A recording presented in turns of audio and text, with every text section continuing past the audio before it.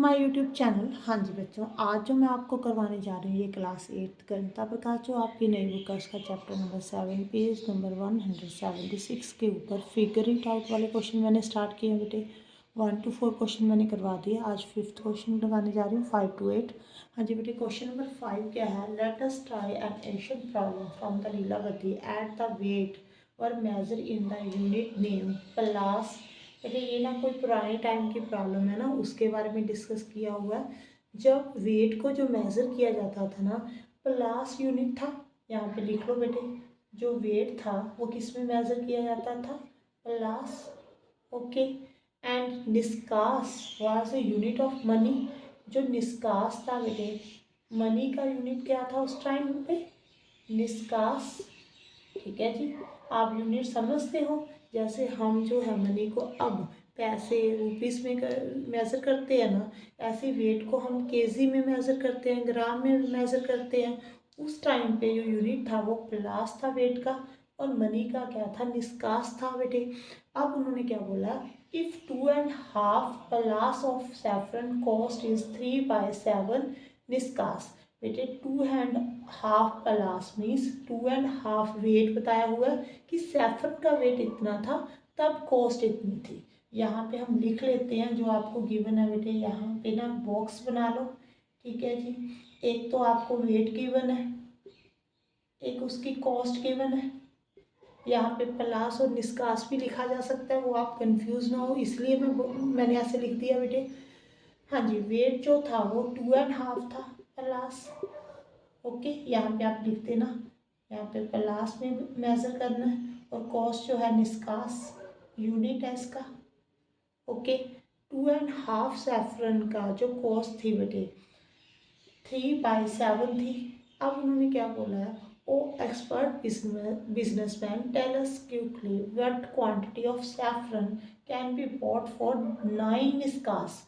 बेटे 9 निस्कास में वो कितने मतलब कि सैफरन का कितना वेट ले पाएगा ये बताना है। तो आपने यहाँ पे एक्स मान लेना बेटे। आप लिखो यहाँ पे लेट क्वांटिटी ऑफ सैफरन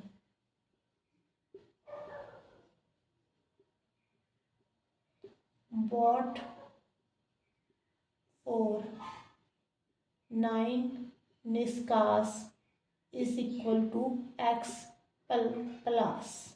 ठीक है जी, जो उसकी यूनिट है वो भी आपने साथ में लिखनी है। अब मुझे ये बताओ 3/7 ये 9, यहाँ पे कॉस्ट जो बेटे बढ़ गई। अगर कॉस्ट बढ़ गई तो सैफरन का वेट भी जो ले पाएगा वो भी बढ़ जाएगा। देखो ज़्यादा पैसे में ज़्यादा मिल्क वेट हम ले पाएंगे, अगर कम पैसे हो जाएंगे तो कम वेट ले पाएंगे सैफरन का। ठीक है जी, उन्होंने वेट में बताया हुआ है ना। तो यहाँ पे ये डायरेक्ट प्रपोर्शन का क्वेश्चन है। इसको सॉल्व कैसे करना है बेटे? इसको 2.5 by 3/7 is equal to x/9 यहाँ पे लिख दिया करो, ये डायरेक्ट प्रपोर्शन है। 2.5 कितना होता है बेटे? 5/2। 3/7 क्या हो जाएगा? ऊपर जाकर रेसिप्रोकल हो जाएगा। ये देखो, क्लियर है बेटे? यहाँ पे कटिंग तो पॉसिबल नहीं है, 9 को आप इधर लेकर आओ। 5 × 7 × 9 डिवाइड में 2 × 3 इज इक्वल टू एक्स। 3 3 ज़ा 9। और तो कटिंग हो रही है बेटे? नो। 5 नहीं बेटे, यहाँ पे कटिंग तो नहीं हो रही। 105/2 आ गया, तो आप इसको डिवाइड कर दो बेटे। एक्स जो आ जाएगा वो कितना आ जाएगा? 2 5 ज़ा 10, 2 2 ज़ा 4, 52.5। यहाँ पे प्लस जो यूनिट है वो भी लिख देना। ठीक है जी, इतनाइन जो है निष्कास में वो कितने सैफरन के प्लास मेरे वो खरीद पाएगा? 52.5। ठीक है जी, क्लियर है? आगे नेक्स्ट क्वेश्चन देखो। हाँ जी बेटे, नेक्स्ट क्वेश्चन देखो।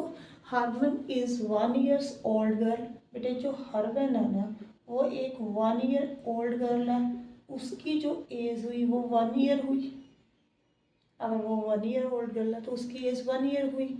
Okay, her Elder brother is 5 years old. जो उसका ब्रदर है बेटे, एल्डर ब्रदर मीन्स जो बड़ा है ना उससे, एल्डर ब्रदर जो है बेटे वो 5 ईयर्स का है। ओके, आगे नेक्स्ट देखो।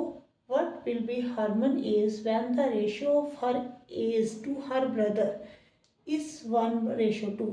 बेटे उन्होंने बोला है हरमन की एज तब क्या होगी जब अगर उनकी उसकी और उसके ब्रदर की रेशो हम निकालें वो 1/2 हो जाए।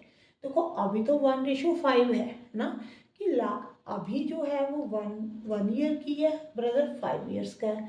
तो कहीं ना कहीं आगे जाकर किसी ईयर में बेटे उनकी रेशो 1:2 होगी, उनकी जो एज की रेशो है वो 1:2 होगी।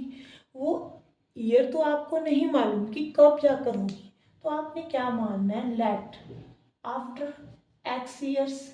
ठीक है जी, let after X years their age ratio is 1:2 कि आफ्टर एक्स ईयर्स उनकी जो एज की रेशो है वो 1:2 हो जाएगी।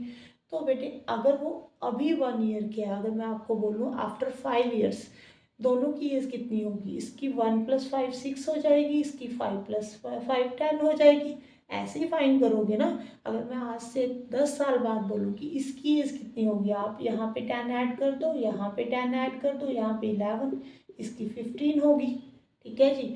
अगर एक्स बोला हुआ है तो हरमन की जो एज है बेटे आफ्टर एक्स ईयर्स, ठीक है जी, आपने क्या लिखना, आफ्टर एक्स ईयर्स जो हरमन की एज हो जाएगी वो कितनी हो जाएगी, x+1, 1+x, x+1 सेम बात है बेटे। After X years Elder brother की जो उसके एज है वो कितनी हो जाएगी, 5+x, x+5 सेम है बेटे। आपने ये माना है कि आफ्टर एक्स ईयर उनकी रेशो जो है इसकी वो क्या हो जाएगी, 1:2। तो 1+x bye 5+x is equal to 1/2। ऐसे कर दो, क्रॉस मल्टीप्लाई कर दो बेटे, 2 को 1+x के साथ मल्टीप्लाई, 1 को 5+x के साथ मल्टीप्लाई, यहाँ पे 2, यहाँ पे 2x, यहाँ पे 5, यहाँ पे x। ठीक है जी। आपने वेरिएबल एक तरफ लेकर जाने हैं बेटे, जो कांस्टेंट टर्म है एक तरफ कर दो, यहाँ पे 2x minus x, 5 minus 2 x जो आ गया बेटे आपका 3 आ गया। एक्स आप किसकी इसका मतलब क्या हुआ, एक्स आप क्या मानकर चले थे कि 3 साल के बाद जो हरमन और उसके ब्रदर की एज है ना वो 1:2 हो जाएगी। अब आफ्टर 3 ईयर्स हरमन की एज क्या होगी बेटे, यहाँ पे आप लिखो हरमन एज क्या बन जाएगी, x+1 बोला था आपने, तो 3+1 4 ईयर्स होगी। जो उसका एल्डर ब्रदर है बेटे, ठीक है जी, एल्डर ब्रदर उसकी जो एज हो जाएगी वो कितनी हो जाएगी, मैं आफ्टर 3 ईयर्स ही बोल रही हूँ यहाँ पे, x+5 मीन्स 3+5 8 ईयर्स हो गई। अब आप एक बार इसकी रेशो फाइंड कर देखो, 4/8 बेटे अगर आप कटिंग करोगे तो 1/2 नहीं होता, 1:2 हो गई। वैसे तो आपको हरमन की एज पूछी थी, ब्रदर की एज पूछी नहीं थी बेटे, फिर भी मैंने आपको रेशो निकालनी थी इसलिए सॉल्व करके दिखा दिया, वेरीफाई करके दिखा दिया कि हाँ जी जब आप आफ्टर 3 ईयर्स देखते हो तो इनकी जो एज की रेशो है वो 1:2 आ रही है बेटे। नेक्स्ट क्वेश्चन देखो।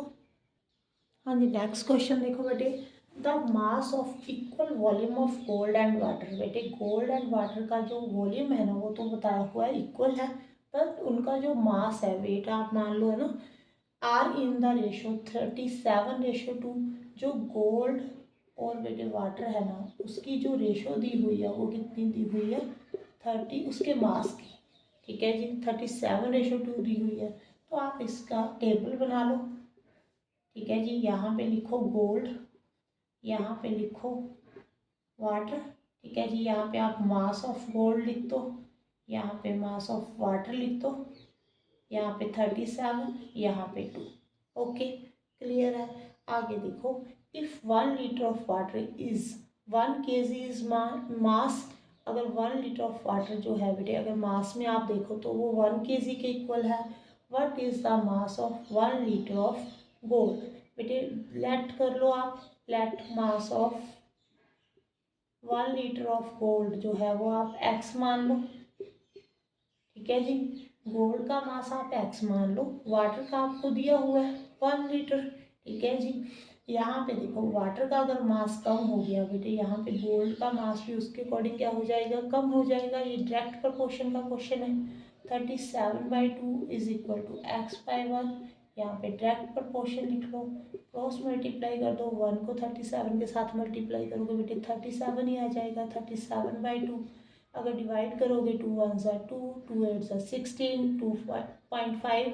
यहाँ पे जो आंसर आएगा बेटे, ये वाटर है ना, यहाँ पे केजी में आएगा। ओके, उन्होंने बोला ना 1 litre of water is 1 kg in mass. Okay, clear हो गया बेटे। आगे नेक्स्ट क्वेश्चन। हाँ जी बेटे, नेक्स्ट क्वेश्चन देखो। It is good farming practice to apply 10 tons of cow manure for 1 acre of land. बेटे ये वेट बताया हुआ है, ठीक है जी। यहाँ पे 1 एकड़ ऑफ लैंड जो है वो लैंड का एरिया, ठीक है जी। एकड़, स्क्वायर फीट, ये सभी लैंड को मेज़र करने का, एरिया मेज़र करने के बल्कि यूनिट है। Farmer is planning to grow tomatoes in plot four of size. एक ना बेटे फार्मर है, वो अपने प्लॉट का साइज दिया हुआ है, ठीक है जी। 100 फीट और 500 फीट है ना, ये लेंथ ब्रेथ दी हुई है। उसने यहाँ पे टमाटो ग्रो करने हैं। Tomatoes, how much manure should be by. उसको कितनी खाद की ज़रूरत होगी, है ना, ये क्वांटिटी पूछी हुई है उसकी। यहाँ पे बेटे आपको पहले तो गिवन क्या है, यहाँ पे हम वो लिखते हैं बेटे, ठीक है जी। एक तो लैंड का साइज बताया हुआ है, एरिया, लैंड का साइज सेम बात है, 1 एकड़ बताया हुआ है। ओके, और जो बेटे उनको जो खाद चाहिए ना, काऊ की मैन्योर चाहिए, वो कितनी चाहिए, 10 टन्स, ठीक है जी। यहाँ पे काऊ मैन्योर 10 टन लिखा हुआ है।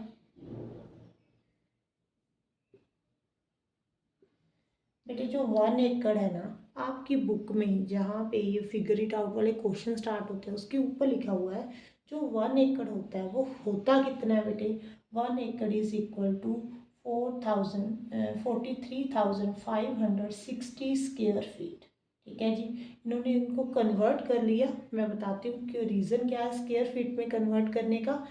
जहाँ पे उसने ना टमाटो ग्रो करने हैं ना, उसकी जो लेंथ ब्रेथ है वो फीट में बताई हुई है। जब आप एरिया निकालोगे ना वो स्क्वायर फीट में आएगा, यूनिट तो सेम चाहिए ना हमें सॉल्व करने के लिए। ये देखो प्लॉट की जो लेंथ है बेटे वो कितनी दी हुई है, 200 फीट।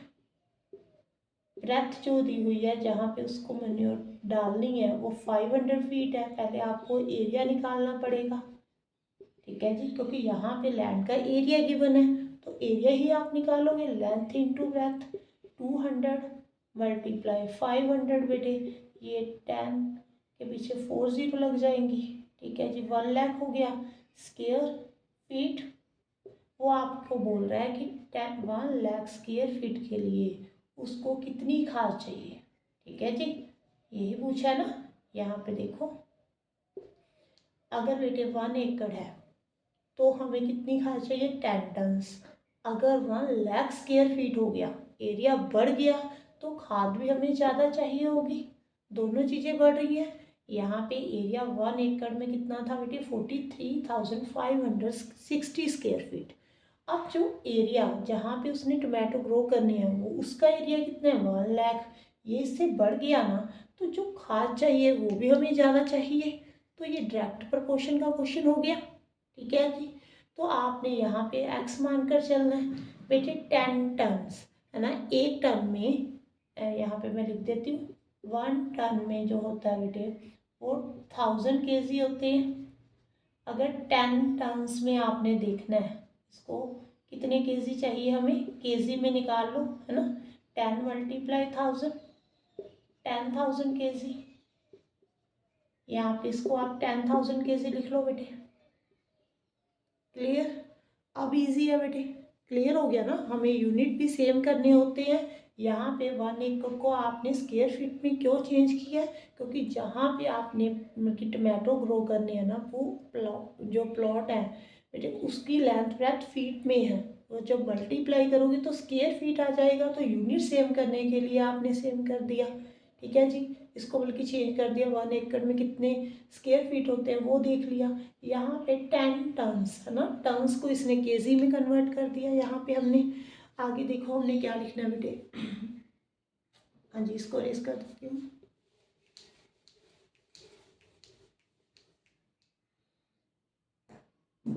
हाँ जी बेटे, यहाँ पे आप एक लाइन लिख लो, let manure should be by और 1 lakh square feet is X K G. आप एक्स के जी लेकर चल लो बेटे। देखो दोनों चीज़ें बढ़ रही हैं तो डायरेक्ट प्रोपोर्शन का क्वेश्चन है, तो मैंने आपको कैसे बोला हुआ है, डायरेक्ट प्रोपोर्शन का क्वेश्चन जो है आप इनकी रेशो और इसकी रेशो इक्वल कर देते हो। 10,000 डिवाइड में 43,560 इज इक्वल टू एक्स, नीचे बेटे 1 लाख। ओके, अब क्रॉस मल्टीप्लाई कर दो।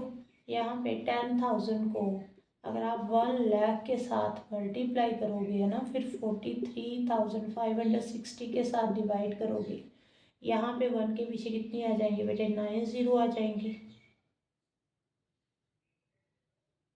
ओके, फिर इसको बेटे 43,560 के साथ जब आपने डिवाइड किया तो आपका आंसर आ रहा है बेटे 229556.84।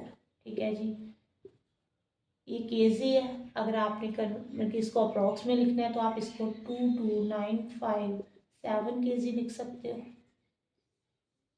ठीक है जी, जब आपका जो लैंड का एरिया 1 लाख स्क्वायर फीट है ना, तो आपको जो खाद चाहिए वो कितने केजी चाहिए, 22,957 केजी। क्लियर हो गया बेटे। नेक्स्ट क्वेश्चन नेक्स्ट वीडियो में बनाऊंगी। Thank you for watching.